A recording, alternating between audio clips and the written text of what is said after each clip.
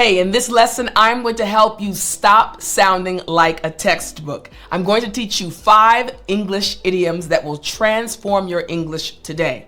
But before we start, I want to remind you, after each lesson, don't forget to go to the English with Tiffani app. It is free to download. And each lesson that I teach you here on YouTube, or if you're listening on the podcast, after each lesson, you can go to the app and you can practice what you have learned. So don't forget to download the English with Tiffani app and practice what you learned. So are you ready, my friend? Well then, let's jump right in. All right, here's the very first idiom we're going to look at today.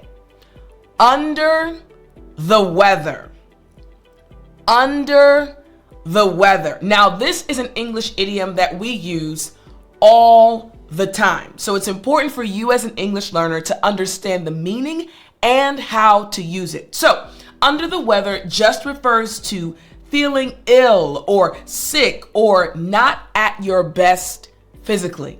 You're kind of coughing, or maybe you're experiencing aches and pains in your body, or maybe your head is hurting. You can say, I'm feeling a bit under the weather. I'm not completely well. I feel a bit sick. In English, we say under the weather. Now, here are some example sentences that will help you learn and understand how to use this term in real life. This idiom. Here we go. I'm feeling a bit under the weather today, so I'll work from home. I'm not feeling my best, so I'll just work from home today. Here's the second example sentence. She called in under the weather and couldn't make it to the meeting. She called in, hey, I'm under the weather, and could not make it to the meeting. And sentence number 3. The kids are both under the weather with a cold this week. Hey, my kids aren't feeling the best. They're a bit under the weather. They have a cold. Makes sense, right? You got it. Now, I want to give you 3 specific situations in which you can use this idiom. Here's the first situation. When calling in sick to work or school. We had 2 example sentences, and one of them dealt with work while the other dealt with school for the kids. This is a prime example. These 2 situations, again, one situation, but we're speaking about work and school. When you're not feeling well, you normally don't want to work. You normally want to stay in bed. You can say, I'm so sorry, boss. I'm not going to be able to come in today. Your boss might ask you why. I'm feeling a bit under the weather.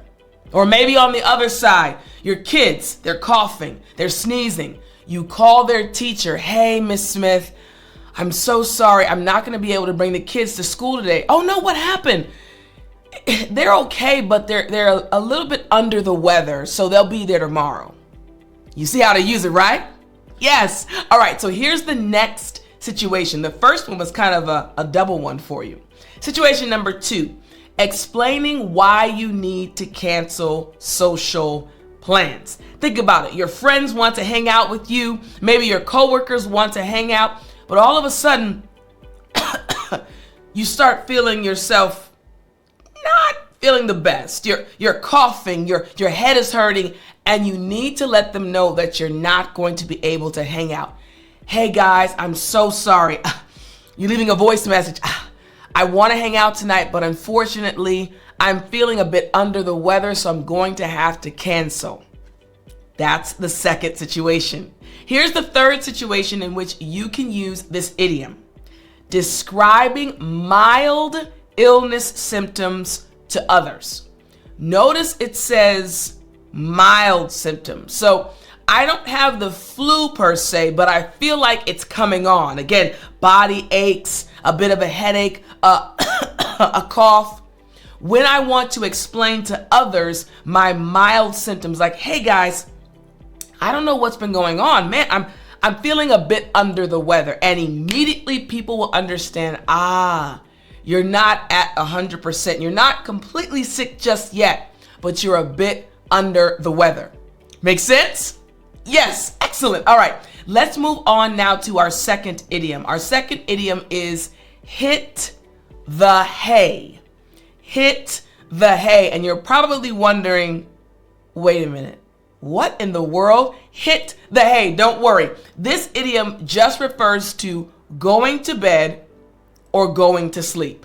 Yep, going to bed or going to sleep. Now, I am your teacher, Teacher Tiffani. I love teaching you English. I am very passionate about teaching English. I am also an early bird. At the time of this recording, it literally is 5:45 a.m. Yes, very early in the morning. I am an early bird. I do my best work early in the morning. What does that mean? That means I have to hit the hay very early at night. You got it. I normally go to bed quite early, either 8:30, at the latest 9 p.m. Sometimes I'll stay up late to be on the phone, but I normally hit the hay early because I am an early bird and I like to get up early. You got it? Yes. All right. So it just means to go to sleep. I'm going to get some water real quick. It's early in the morning, so my voice, is still coming. Don't worry, we're going to get back to the lesson, but I wanted to ask you this. Have you ever felt lost in an English conversation because of idioms? You hear an idiom like hit the nail on the head and wonder, what does that mean? That's exactly why I created the English Idiom Bundle. This bundle gives you instant access to my top secret idiom files, packed with video lessons, PDFs, and practical exercises designed to help you understand, use, and finally master English idioms effortlessly. When you use idioms, your English sounds natural, engaging, and confident. Without them, conversations can feel awkward and confusing. My students love this system, and now it's your turn. So, my friend, you can get lifetime access to the English Idiom Bundle today by simply clicking the link in the description below this video. It's time for you to start speaking English like a native. Are you ready? All right, so let's check out the first example sentence. Here is sentence number 1. I'm exhausted. I think I'll hit the hay early tonight. I'm exhausted. I think I'll go to sleep early tonight. You got it? Yes. All right. Here is sentence number 2. We should hit the hay soon. We have an early flight tomorrow. Hey, we need to get up early tomorrow, so let's hit the hay early tonight. And sentence number 3. After the long meeting, all I wanted to do was hit the hay. Listen, I was so tired after that meeting. All I wanted to do was go to sleep. All I wanted to do was hit the hay. Whoa! Listen, I love water. For those not watching, I do love water. All right, so we have our 3 sentences. Now we have situations. When can you use this idiom? Situation number 1. When ending a social gathering or party. Imagine that you've invited your friends, your family members to come over, and now you're tired. You're a bit sleepy. You prepared everything. You hung out with your family and friends, but now, okay, guys, I need to hit the hay. We're going to have to wrap this party up. So when you're trying to end a social gathering, you can say, hey, guys, I'm having so much fun, but now I need to hit the hay. Here's the second situation. Preparing for an early morning the next day. Like I mentioned to you, I knew that this morning I was going to get up early in order to record these videos. So I wanted to hit the hay early last night. I needed to go to bed early last night. You got it. And here's situation number 3. Expressing exhaustion after a long day. Listen, maybe you worked a 10-hour day. Maybe there was a huge project that needed to be completed, so you had to work overtime. At the end of that day, oh my, Whew, all you wanted to do was, yes, hit the hay. Again, you wanted to get some rest because you were exhausted. So again, the idiom is hit the hay. Here's our third idiom. Spill the beans. Again, spill the beans. What in the world does this idiom mean? Spill the beans. It literally just means to reveal a secret or share private information. Again, to reveal a secret or share private information. Hey, I told you a secret and then you ended up telling somebody else. Why did you spill the beans? Or, hey, we're planning this big event, this big party. It's a surprise though, don't say anything. Oops, sorry, I spilled the beans.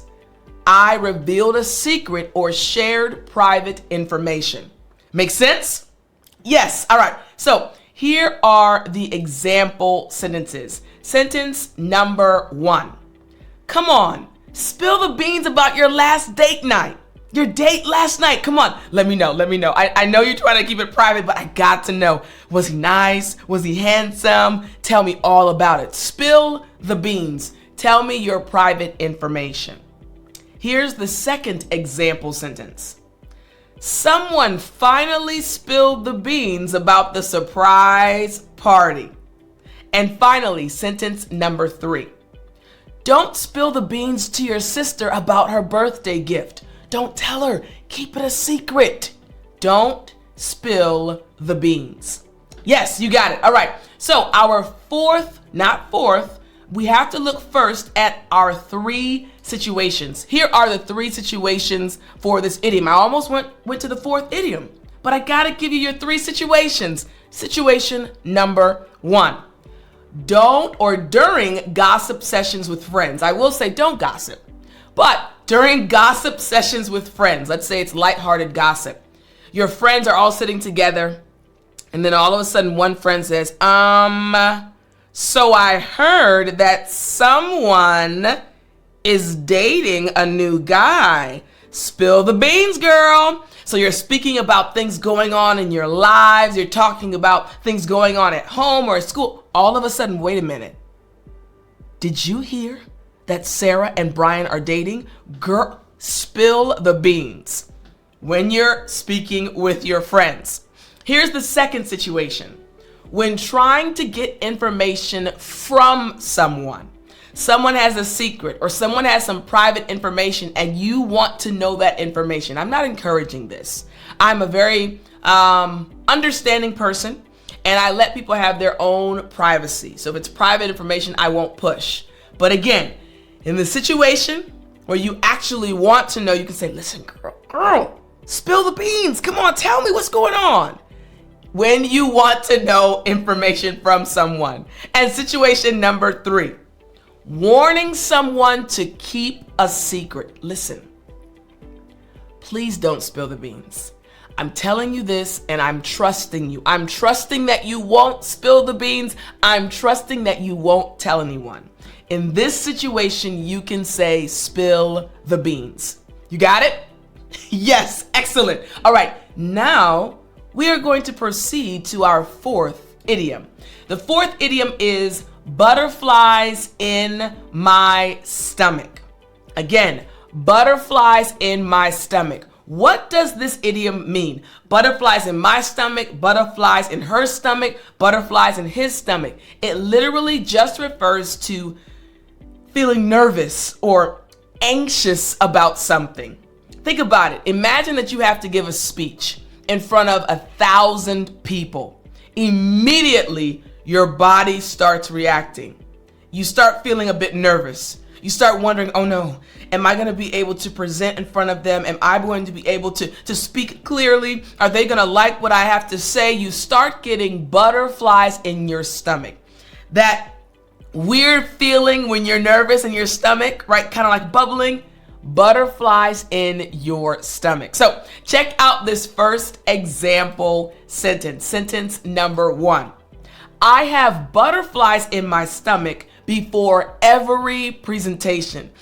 I'm just so nervous. I'm not sure if my boss will like my presentation or if my coworkers will understand what I'm presenting. So I usually get butterflies in my stomach before every presentation. Sentence number 2.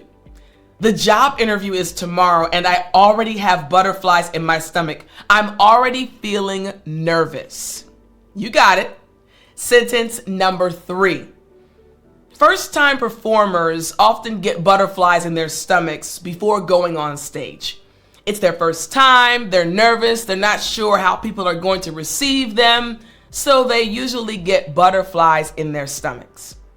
Now, I want to give you 3 specific situations in which you can use this idiom. Situation number 1. Before public speaking or performances, like the example sentences. So anytime you have to go in front of people, or anytime there's a performance, you could think of this idiom. The individual is performing, or the individual giving the speech probably feels nervous. They probably feel nervous. They probably have butterflies in their, stomachs. Excellent. Here's the second situation. When meeting someone important, I want you to imagine that the president or the prime minister or the king of your country, whichever country you live in, suddenly gives you a call and says, "Hello, I would like to meet you tomorrow at 9 a.m. You hang up the phone, and do you feel elated, or do you all of a sudden feel, oh my gosh, what just happened? I have to meet him tomorrow. I have to meet her. What am I? You suddenly feel nervous. Butterflies in your stomach. So when you have to meet someone important. Situation number 3. Prior to significant life events or changes, graduating from university, getting a new job, having a baby, getting married, moving to another state, another country. These are big life events, and normally they can make a person feel just a bit nervous. Having butterflies in their stomachs. Makes sense, right? Yes. All right. So here is idiom number 5.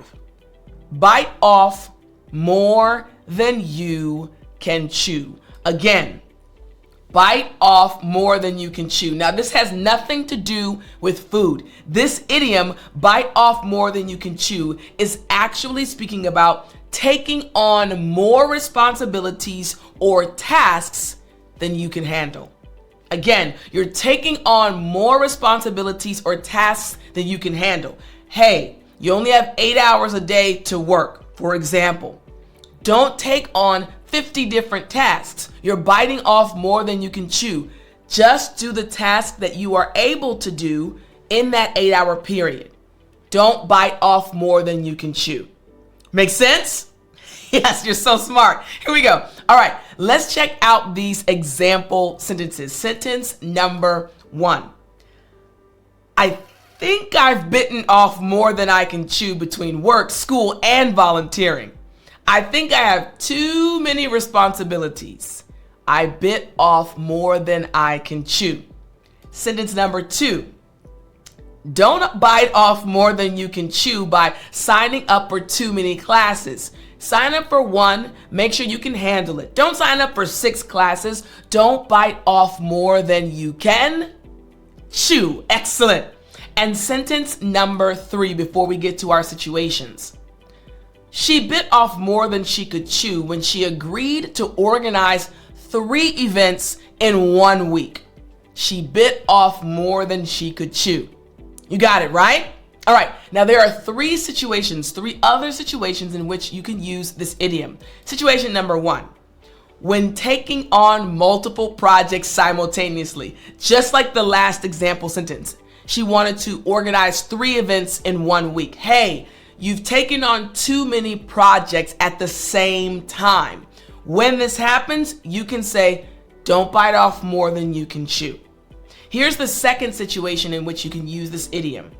Making commitments during busy periods. Listen, you know next week is going to be your busiest week. You have lots of meetings, lots of project deadlines. Don't schedule anything else. If you do, you'll be biting off more than you can chew. Yes. And situation number 3, advising someone about managing their workload. Hey, listen, you're an amazing worker. You are an excellent coworker. I do want to say, though, that I think you're taking on more tasks than you need to. You're doing a bit too much. I think you've bitten off more than you can chew. You see how useful this idiom is, how it can help you describe, in your opinion, when a person is doing too much, and you just say it in one phrase, one idiom. Hey, I think you've bitten off more than you can chew. Makes sense? Excellent. All right. So I hope this lesson helped you, and I want you to start using these idioms today. You won't sound like a textbook. You'll sound like a native English speaker. I will talk to you in the next lesson.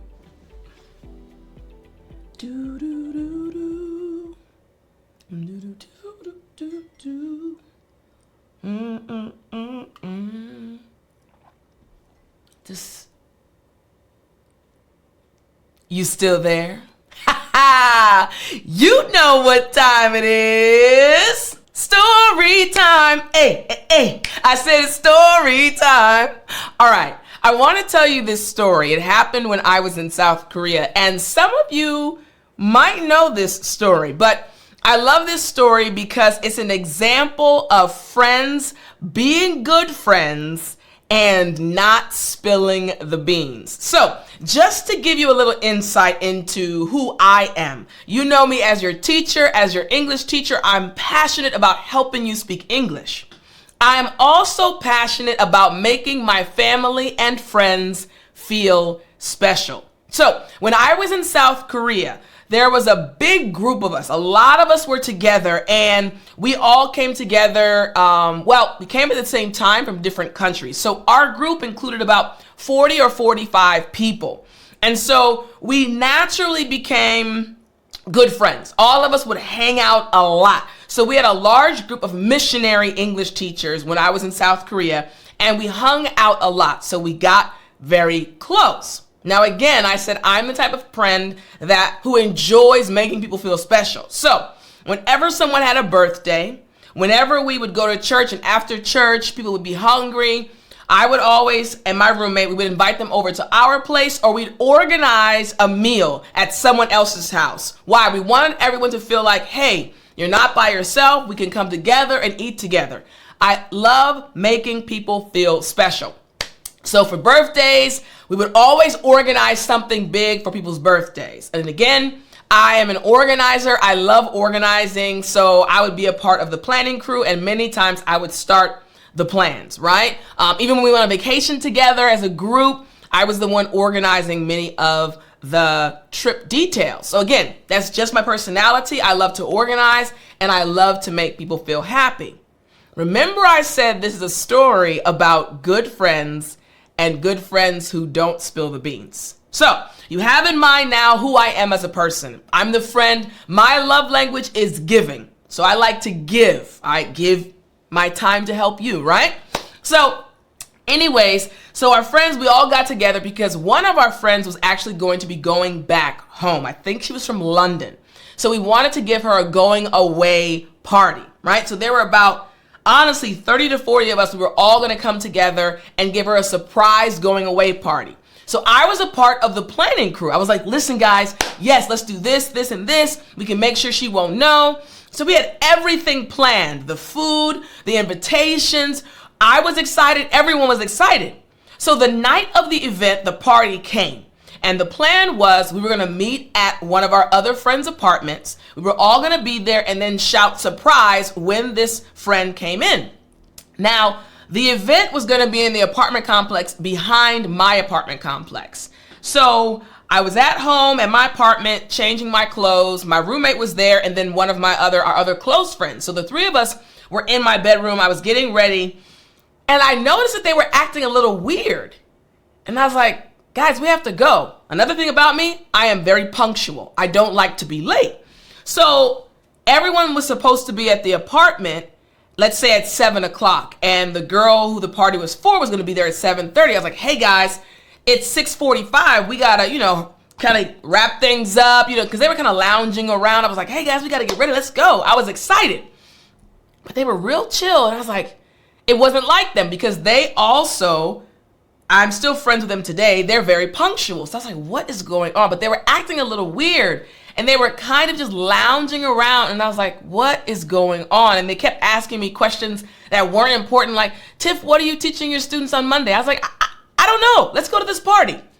Anyway, so we eventually get up and they kept looking at their phones. Again, I couldn't figure out what was going on. I was just focused on making sure our friend that was going to be leaving was going to enjoy her party. So anyways, we eventually walk out of my apartment together and we walk towards the other apartment where the event was going to occur. Again, they're kind of still acting weird. And I was like, I don't know, maybe something happened and they're discussing something. So we're walking up the steps. Our friend whose apartment is going to be at, she lived on the 3rd floor. So we get to the 3rd floor and I'm in the front and they're behind me. And they kind of, did they switch? No, they said, Tiff, you can go ahead and knock on the door and open it. And I was like, okay. Again, it seemed weird. I was like, why are they acting so weird? Like, we got to hurry up. She's going to be here. So I knocked on the door and then someone on the other side said, it's open. And I was like, okay. So I opened the door and there are a lot of people in there. And all of a sudden they say, surprise. And I was like, be quiet. I was like, guys, I'm not her. She's not here yet. We got to be quiet. And everyone was looking at me like, Tiff, surprise. And I was like, no, she's not here. And I turned to look behind me and my other 2 friends, and they had big smiles on their faces. And I was like, why are you guys I was like, oh my gosh. This entire time, I thought we were planning a party for the other girl. They had all been planning my 27th birthday party. They were acting weird because, again, I'm a planner, so I'm used to knowing what's going on. And they were like, how do we hide this information when she asks all these questions? So I went and I was like, you guys are good. Everyone screamed. What they did was they told me the party was for the other girl, and they told the other girl the party was for me. So she was going away. So it was a party for both of us. It was the best surprise ever. I have never been surprised like that in my life. And I told everyone there, I said, you guys did a great job. I mean, it was a full weekend. Like we went out to eat. We went on a dinner cruise. Then everyone came back to my apartment, all the females, and we spent the night, watched movies. It was a weekend I will never forget. My 2 friends, great friends, didn't spill the beans, and I had one of the best birthday celebrations I've ever had in my life. So remember to make your friends feel special. They won't forget it. I'll talk to you in the next lesson.